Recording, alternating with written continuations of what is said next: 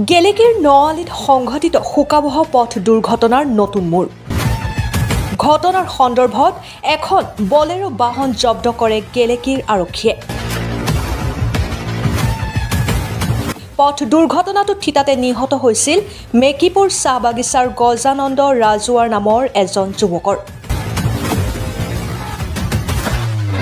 গেলেকীৰ নআলিৰ মছজিদৰ সন্মুখত সংঘটিত হৈছিল এই দুৰ্ঘটনাটো। ঘটনাৰ সন্দৰ্ভত AS03BC 9899 নম্বৰৰ এখন মহেন্দ্ৰ বলেৰো পিকআপ বাহন জব্দ কৰে গেলেকীৰ আৰক্ষীয়ে।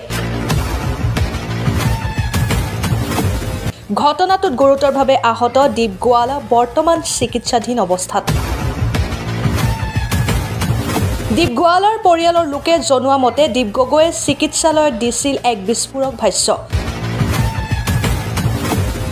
দীপ গোৱালাৰ পৰিয়ালৰ লোকে জনোৱা মতে গেলেকীৰ আৰক্ষীয়ে জব্দ কৰা বলেৰো বাহনখনৰ বাবে সংঘটিত হৈছিল এই শোকাবহ দুৰ্ঘটনাটো। কাৰণ বাহনখনে কোনো ধৰণৰ সংকেত নিদিয়াকৈ হঠাতে সোঁফাললৈ ঘূৰাই দিছিল, যাৰ বাবে তীব্ৰ গতিত থকা বাইক আৰোহী কেইজনে বিমূৰত পৰি বলেৰোখনৰ মালিকৰ ঘৰৰ পকা ৱালৰ কাষত পৰি গৈছিল আৰু থিতাতে মৃত্যু সাৱটিছিল গজানন্দ ৰাজুৱাৰ নামৰ যুৱকজনে। আমি ঘটনা সংঘটিত হোৱা ঠাইখিনি দেখুৱাইছো। এইখিনি ঠাইতে গেলেকীৰ নআলিৰ মছজিদৰ সন্মুখত হৈছিল দুৰ্ঘটনাটো। জানিব পৰা মতে ঘটনাৰ সময়ত মছজিদত নামাজৰ বাবে যোৱা একাংশই প্ৰত্যক্ষ কৰিছিল ঘটনাটো।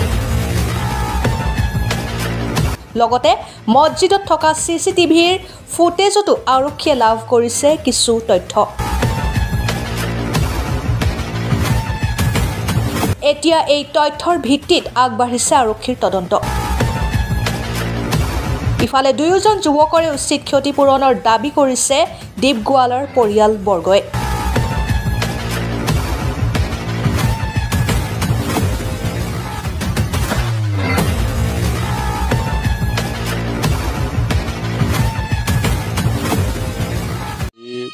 ইয়াৰ পৰা তাৰ জয়সাগৰলৈ লৈ যোৱা হ'ল সিদিনা। লগে লগে ৰাতি আকৌ তাৰ পৰা ট্ৰান্সফাৰ হ'ল ডিব্ৰুগড় তাক ঠিক ঠাক কৰি পিনে এতিয়া সোণালীলৈ অনা হৈছে। এতিয়া অলপ সুস্থ হৈছে, খোজকাঢ়িব পৰা নাই, অলপ উশাহ নিশাহ মাৰিবলৈ অলপ কষ্ট পাইছে, কিন্তু বৰ্তমান অলপ ঠিকে আছে। আৰু ঘটনাটো কেনেধৰণে সংঘটিত হৈছিল কিবা কৈছে নি দীপে?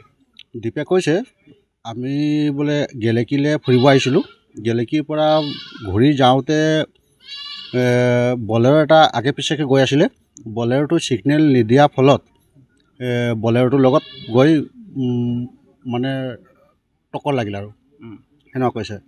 কিন্তু ছিগনেল নিদিয়াৰ ফলত আজি এইটো ঘটনা হৈছে। বলেৰোটোৰ ভুল আছে। আজি এতিয়া যিটো গজানন ৰাজুৱাৰ তাতো ডেথ হ'ল লগে লগে, আৰু ই অলপ এতিয়া ধৰি লওক মেডিকেলত আছে। এতিয়া বলেৰোটোৰ দুখটোতো বলেৰোৰ গাতত আছে। এতিয়া বলেৰোৰ যিটো মালিক, তো সেই মালিকে এতিয়া গাড়ীটো থানাত অনা হৈছে।